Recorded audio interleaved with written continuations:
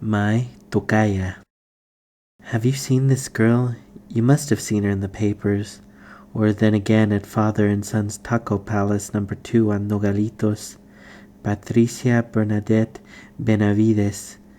My Tocaya, 5 feet, 115 pounds, 13 years old. Not that we were friends or anything like that. Sure, we talked, but that was before she died and came back from the dead. Maybe you read about it or saw her on TV. She was on all the news channels. They interviewed anyone who knew her, even the PE teacher who had to say nice things. She was full of energy, a good kid, sweet. Sweet as could be, considering she was a freak. Now why didn't anyone ask me? Patricia Benavides, the son, half of Father and Son's Taco Palace number 2, even before the son quit. That's how this Trish inherited the paper hat and white apron after school and every weekend. Bored, a little sad, behind the high counters where customers ate standing up like horses. That wasn't enough to make me feel sorry for her, though, even if her father was mean. But who could blame him? A girl who wore rhinestone earrings and glitter high heels to school was destined for trouble that nobody, not God or correctional institutions, could mend. I think she got double promoted somewhere, and that's how come she wound up in high school before she had any business being here. Yeah, kids like that always try too hard to fit in. Take this Tocaya, same name as me, right? But does she call herself La Patti or Patty or something normal? No, she's gotta be different. Says her name is Tree-ish. Invented herself a phony English accent too, all breathless and sexy like a British Marilyn Monroe. Real goofy. I mean, who ever heard of a Mexican with a British accent? Know what I mean? The girl had problems.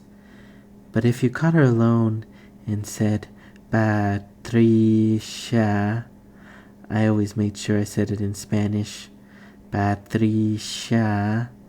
Cut the bullcrap and be for real. If you caught her without an audience, I guess she was alright. That's how I managed to put up with her when I knew her, just before she ran away. Disappeared from a life sentence at that taco house. Got tired of coming home stinking of crispy tacos. Well, no wonder she left. I wouldn't want to stink of crispy tacos neither. Who knows what she had to put up with? Maybe her father beat her. He beat the brother, I know that. Or at least they beat each other. It was one of those fist fights that finally did it. Drove the boy off forever. Though probably he was sick of stinking of tacos too. That's what I'm thinking. And a few weeks after the brother was gone, this Tocaya of mine had her picture in all the papers, just like the kids on milk cartons. Have you seen this girl? Patricia Bernadette Benavides, 13, has been missing since Tuesday, November 11, and her family is extremely worried.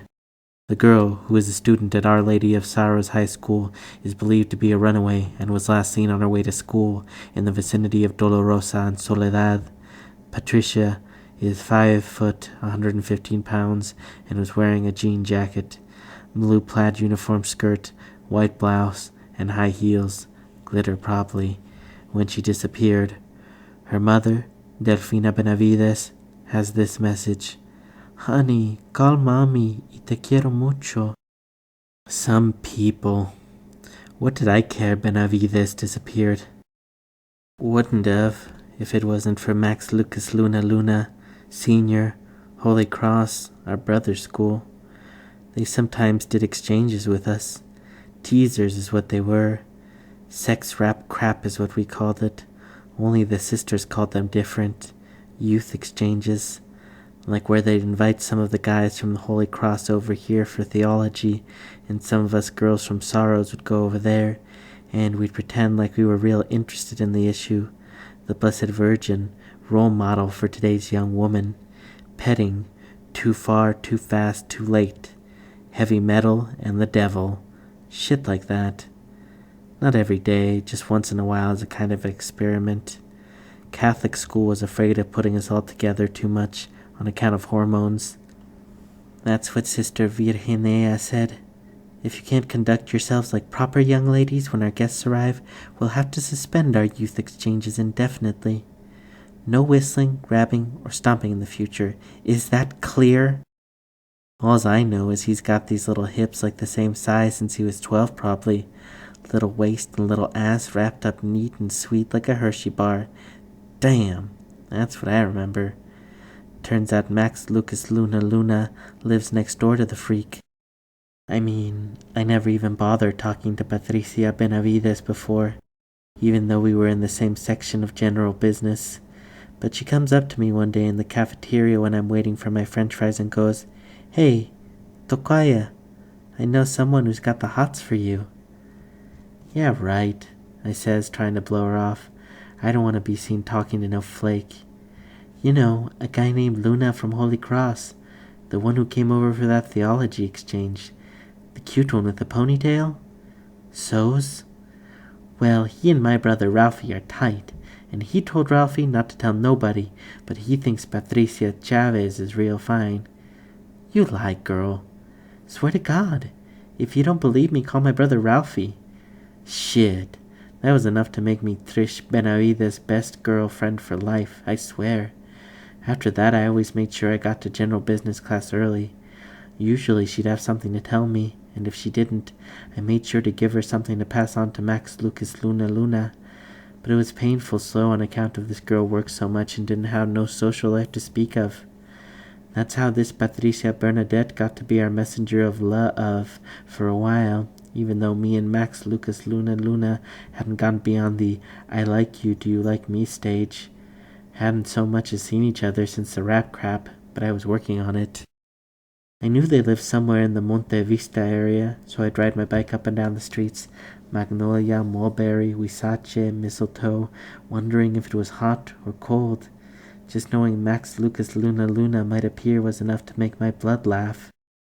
The week I start dropping in at Father and Son's Taco Palace #2 is when she decides to skip. First we get an announcement over the intercom from Sister Virginia.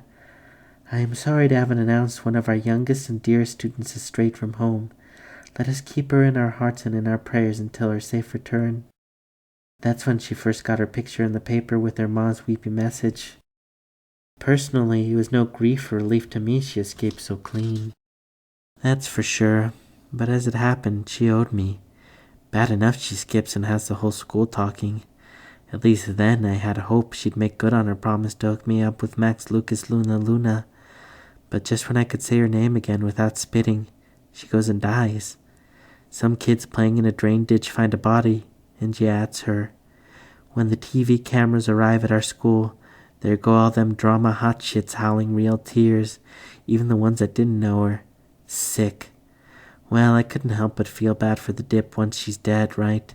I mean, after I got over being mad, until she rose from the dead 3 days later. After they featured her ma crying into a wrinkled handkerchief and her dad saying, "She was my little princess," and the student body using money from our Padre Island field trip fund to buy a bouquet of white gladiolas with a banner that reads, "Virgencita, cuídala," and the whole damn school having to go to a high mass in her honor, my Tocaya outdoes herself, shows up at the downtown police station and says, "I ain't dead." Can you believe it? Her parents had identified the body in the morgue and everything. I guess we were too upset to examine the body properly. Ha! I never did get to meet Max Lucas Luna. And who cares, right? All I'm saying is she couldn't even die right. But whose famous face is on the front page of the San Antonio Light, the San Antonio Express News, and the Southside Reporter? Girl, I'm telling you.